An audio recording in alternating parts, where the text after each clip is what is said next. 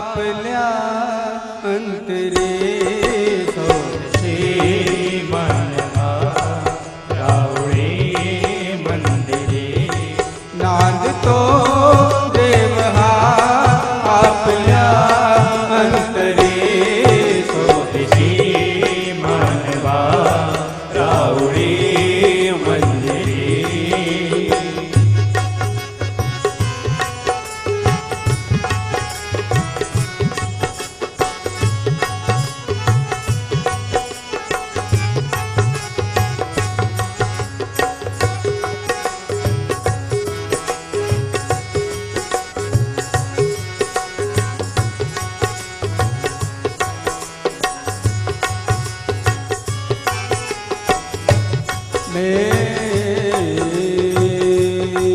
मेघ हे ठाकते कोठनी अंबरी मेघ हे दाटती कोठुनी अंबरी सूर नशे बाजरी बासुरी सूर्ये तीर्थसे वाजवी बासुरी रोम रोमी फुले सुर तो अंतरी दूर इंद्रायणी दूर तो पंडरे सोडशी मानवा रावळे मंदिरे नाद तो देव हा आपल्या अंतरे सोडशी मानवा रावळे मंदिरे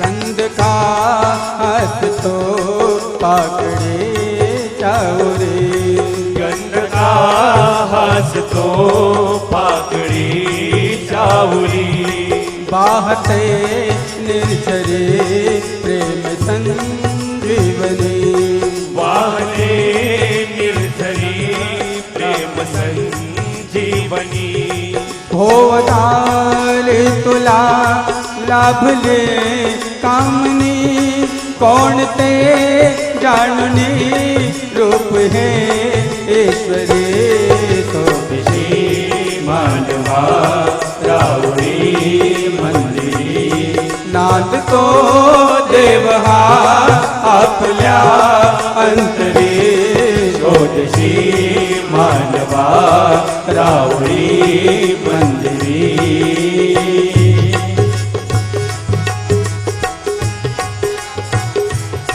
प्रेम से बोलिए श्री सद्गुरुदेव महाराज की जय।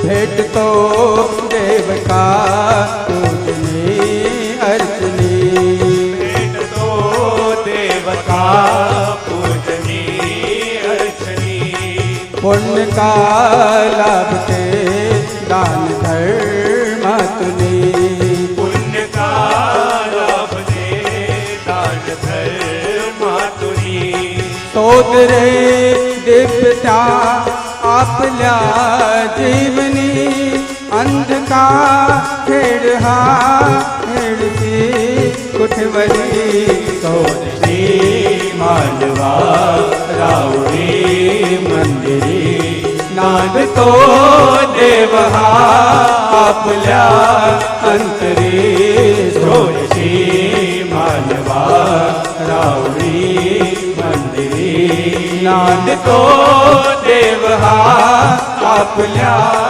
अंतरे सोडशी मानवा रावळे मंदिरे सोडशी मानवा रावळी मंदिरे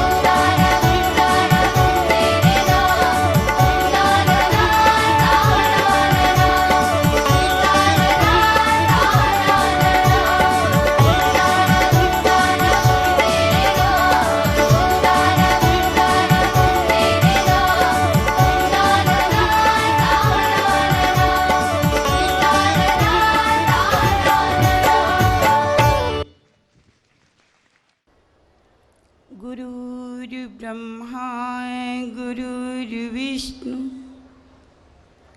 गुरुर्देव महेश्वर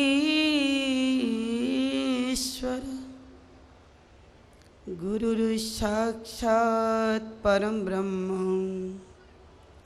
तस्मै श्री गुरुवे नमः।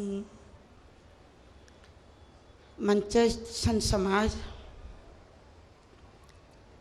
उपस्थित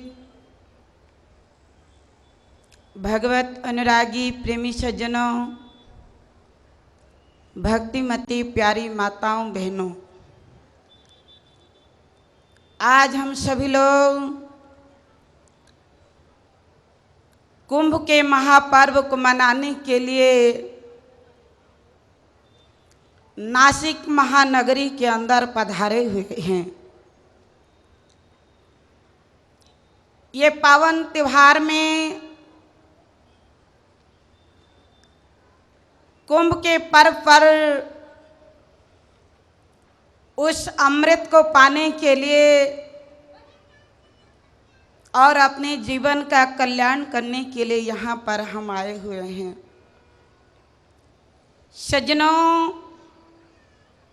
संसार के लोग तो किसी भाव से आए हुए हैं, परंतु जो भक्त है गुरु महाराज जी का, वो श्री गुरु महाराज जी के चरण में दर्शन रूपी गंगा में, प्यार रूपी गंगा में स्नान करके उनके चरण में भी अमृत को प्राप्त कर लेता है। भाइयों बहनों, कुंभ पर्व का बहुत ही महत्वपूर्ण शब्द है।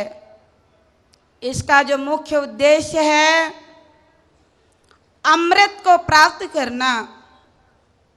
अमृत कहाँ मिलता है? कुंभ में मिलता है। कुंभ कहाँ पर है? संत कहते हैं ये मनुष्य का शरीर ही असली में कुंभ है। इसी कुंभ के अंदर अमृत छुपा हुआ है। कहाँ छुपा हुआ है? नासिक के अंदर छुपा हुआ है। भाइयों बहनों, नासिक, एक तो ये महानगर नासिक है, परंतु हमारा एक नासिक का अग्रभाग जहाँ पर अमृत छुपा हुआ है। और इसका जो ज्ञान है, क्योंकि 4 बूंद गिरे थे अमृत के, एक बूंद नासिक के अंदर, एक बूंद उज्जैन के अंदर, एक बूंद हरिद्वार के अंदर और एक बूंद त्रिवेणी संगम के अंदर। अगर हम ज्ञान की दृष्टि से देखेंगे, हमारे संत कहते हैं, भगवान कृष्ण गीता के अंदर कहते हैं, हे अर्जुन, नासिका के अग्रभाग में जहाँ पर मेरा निजी स्वरूप छुपा हुआ है, और जब एक भक्त सद्गुरु से ज्ञान प्राप्त करके नासिका के अग्रभाग में ध्यान करता है, वो मेरे स्वरूप को प्राप्त कर लेता है। हकीकत में नासिका के बाद उज्जैन आता है। उज्जैनी उजाला है, प्रकाश है, प्रभु के रूप है इसी के अंदर। और जब हमको सद्गुरु मिल जाते हैं जीवन के अंदर, सद्गुरु महाराज क्या करते हैं? किसी कवि ने कहा है, अगर हरिद्वार जाना चाहते हो, सहारनपुर के रास्ते से हरिद्वार जाइए। अभी 21 सितंबर को महाराज जी का पावन जन्मोत्सव हरिद्वार के अंदर है। आप लोग हरिद्वार जाएंगे, रास्ते में सहारनपुर आएगा। संत कहते हैं हरिद्वार अगर जाना चाहते हो, बिना सहारे के नहीं जा सकते हो, बिना सहारनपुर होकर के नहीं जा सकते हो। भाइयों बहनों, सहारनपुर क्या है? जब तक जीवन में सच्चे गुरु नहीं मिलेंगे, सच्चे सद्गुरु नहीं मिलेंगे। सच्चे सद्गुरु कौन होते हैं? आज इस मेला के अंदर अनेक गुरु हैं, अनेक सदगुरु हैं, अनेक मंडलेश्वर है। ढूंढिए आप लोग सच्चे सदगुरु कौन है। संत कहते हैं 3 लोक का भेद बतावे तो भी कच्चा कच्चा, जहां का हंस है वहीं पहुंचाए, वही है सदगुरु सच्चा। सच्चे सदगुरु की पहचान करो, ढूंढो, तलाशी करो। बिना सदगुरु के ना कुंभ की प्राप्ति, ना कुंभ के अंदर प्रवेश कर सकते हो, ना ही उस अमृत को प्राप्त कर सकते हो। भाइयों, सच्चे सदगुरु जब जीवन के अंदर कहते हैं संगम का ज्ञान करा देते, यहीं पर इलाहाबाद है, यही त्रिवेणी संगम है। जब हमको ईड़ा पिंगला सूचनाओं के अंदर प्रवेश करा के गुरु महाराज जी उस परमात्मा में मिलन करा देते हैं। एक भक्त अपने छुपे हुए ज्ञान को, परमात्मा को अपने अंदर पा लेता है। हकीकत में सच्चे गुरु महाराज जी उसी का ज्ञान देते हैं। मेरे को बात याद आई, सुनने में आया गुजरात के अंदर महात्मा जी ने किसी भगत को ज्ञान दिया। वह भगत क्या करता था, गाय भैंस चराया करता था, गोबर उठाता था, स्कूल के अंदर जा गया ही नहीं था। जब उसको ज्ञान दिया, ज्ञान प्राप्त करने के बाद भक्त साधना करने लगा।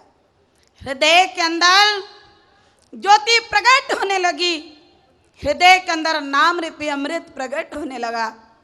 तो कहते हैं मुकम करोति वाचालम पंगुम लंघयत गिरिम।